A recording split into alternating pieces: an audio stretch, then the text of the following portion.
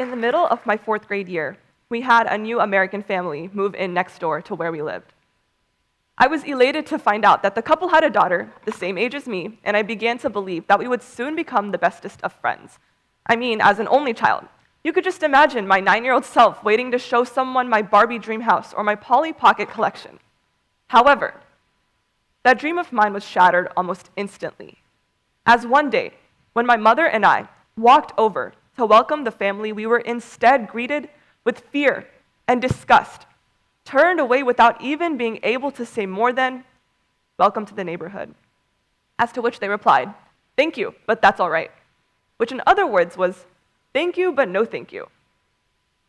I can still vividly recall thinking, how can they respond to something that I have yet to say? I can still vividly recall the ingenuine smile that the family wore when scoping us through the glassy frames of their windows. I can still vividly recall the haste our conversation held, or what was left of a conversation, all because of the traditional Pakistani attire that my mother had specially adorned in order to impress them. By this time, my family had already experienced this sort of behavior, and although my mother tried to shield me from what had happened by telling me that the family must have been too tired or too shy, I knew that the exchange had been entirely negative. So we walked home, burying the shame away. Born to first-generation immigrants struggling to create a better life for their child in the United States, I was raised in an extremely protected environment where my family was determined to teach me how to hide myself from the judgmental neighbors or peers who perceived my skin color as inferior or my last name as a threat. I was taught how to hide myself from the world. They thought that making eye contact with security at the airport meant missing our flight due to extra searching. They thought that upon seeing that I was Pakistani or hearing that I was a Muslim meant leaving my opportunities behind me. They thought that the only way I would be able to achieve something or be someone in life was if I was sheltered. Yet the only thing that this accomplished was to make me feel more ashamed of being an Ismaili Muslim and of being myself.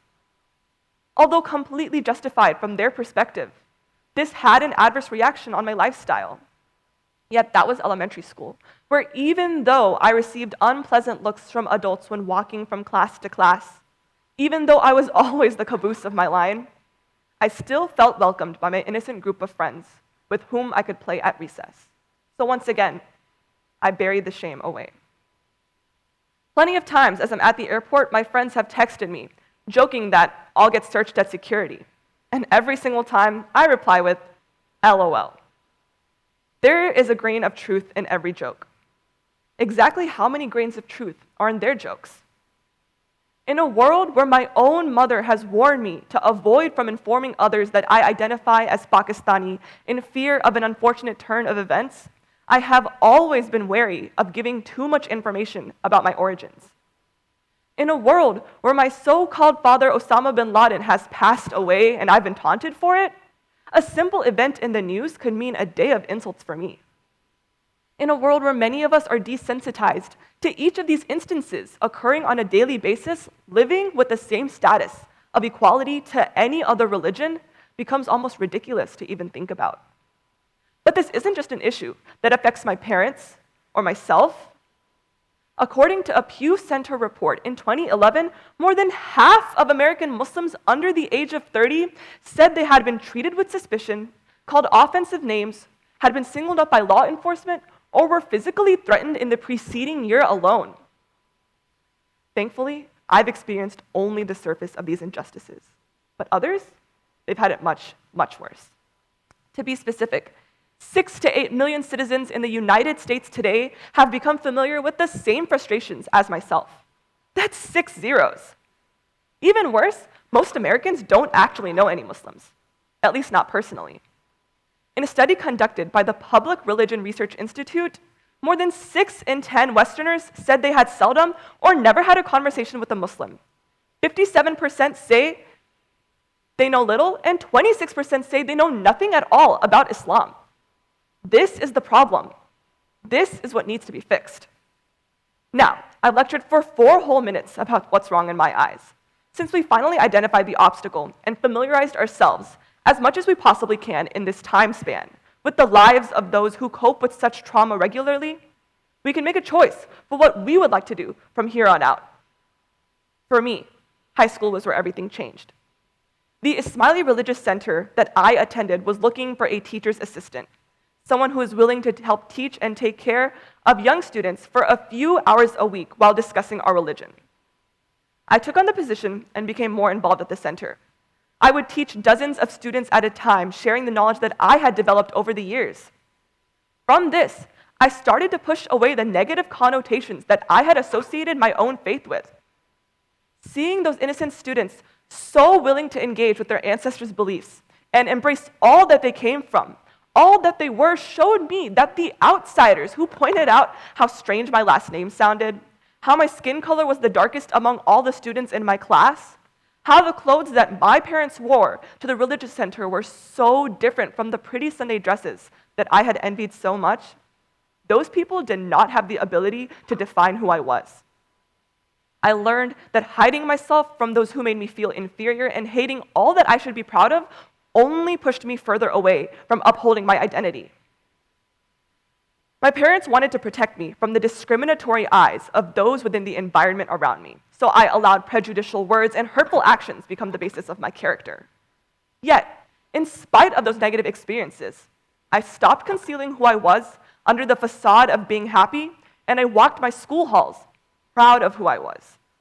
After realizing this, I commenced with slight changes in my daily life.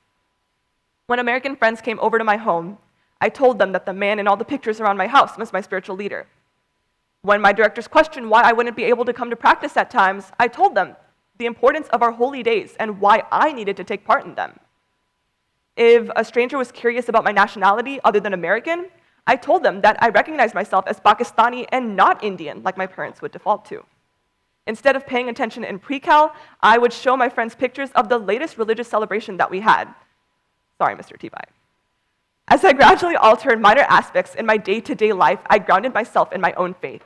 I realized that it's this new generation's job to rid the stigma that terrorist groups or even political leaders have created. Discovering that my self-worth was just as important as that of everyone else around me brought an internal sense of freedom and encouraged me to do the things that I was afraid I would be judged for in the past. I have pride in where I come from, who I am, and what I stand for. Now, I no longer have shame to bury. Still, this isn't a change that's immediate. This isn't a change that can be initiated by myself, my family, or solely the people who are enduring it. This is a change that requires a community of help, so that in the end, the benefits are not only reaped by those experiencing Islamophobia, but by the whole of society. First, we need to call it what it is. Islamophobia is real. It affects Muslims every single day. Part of knowing where Islamophobia comes from is recognizing that it is a cultural problem. Islamophobia dominates in Western culture. Learning that and recognizing it is crucial to challenging that narrative and then abolishing it entirely. Next, we should look to integration. The strategy is centered on education about Islam and building personal relations with Muslims. Known as the contact theory, the idea here is that through personal contact with a Muslim, the prejudice or potential to be prejudicial also falls by the wayside. By understanding that Muslims are normal, everyday people with the same hopes, desires, and dreams as everyone else helps to make them more easily accepted as humans outside of the stereotyped identity. The challenge for Muslims in the West is one of numbers. They're low in population, and thus it may not be possible to promote wide adoption of acceptance until more people actually come into contact with practicing Muslims. Lastly, and most importantly, speak up. As many times as we hear this in our daily lives, we never really bother to do it, even when we're the victims. But the key to combating Islamophobia is by preventing it from happening as much as possible, meaning we need to interrupt it at every encounter. This is the principle behind the recent anti-discrimination #MakeItAwkward campaign. Every time you hear someone uttering falsehoods about Muslims or generalizing about Islam, speak up. It doesn't require explanation. It doesn't require follow-up. A simple, that kind of harmful stereotyping is unacceptable here, will do. This is, in fact, a psychological technique that went viral last month, known as non-complimentary behavior, has proven to be extremely popular and proactive. With this, an outsider can adopt the opposite conduct of another person to de-escalate a situation. Basically, if you witness someone being attacked, engage the victim in conversation, ignoring the attacker, usually in verbal situations.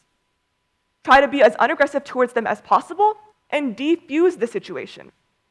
Pick a topic, whatever it is that you would like to talk about, whether it's the weather or the newest Netflix show, particularly aiming to create a safe space for the person. Continue to build and maintain that safe space, making the attacker feel irrelevant and ignored. Eventually, the attacker may leave, but if he or she does not, escort them to a safe place if necessary. Bring them to a neutral area where they can recollect themselves, but also remember to respect their wishes. This way, you, a third party, were able to dismantle one more occurrence of Islamophobia, because few things are more frightening than ignorance in action. If we take these steps, or make even one change to some degree in our lives, ignorance won't have a place to reside. Though evil and hate can never truly be eliminated from our society, Muslims will not have to be shot and killed execution style in their living rooms and outside of their mosques. They won't be fatally stabbed on their way home. They won't have to be beaten in their stores, in their schools, on the streets. They won't be kicked off of airplanes, egged outside Walmart, scorched with hot coffee in the park, shot in cabs, and punched while pushing their children in strollers. Their clothes will not be set on fire, and their children will not be bullied. Men will not come to their doors and threaten them about burning down their house if they did not move away. They won't be fired for wearing hijabs or for praying. They won't have to see their cemeteries vandalized or their Qurans desecrated. Muslim congressmen won't have to receive death threats, and business owners won't have the audacity to post signs advertising Muslim-free zones. Yes, these hate crimes need to end. Yes, these prejudices need to end, because this is wrong. So wrong, on so many levels. But this is Islamophobia. This is why 6 to 8 million citizens of the United States today are afraid to step outside of their homes, or for that matter, even live inside of them. Today, as I stand here labeling myself as an Ismaili Muslim and a Pakistani teenager in America, my identity leaves me no choice but to fight for the injustices that I, as well as those around me, have struggled with firsthand. I'm hopeful that now, as I conclude this talk, you too will make a choice and join me in standing up against hate. With every action, have intention. With every word, have meaning. With every day, have love, so others have no shame to bury. Thank you.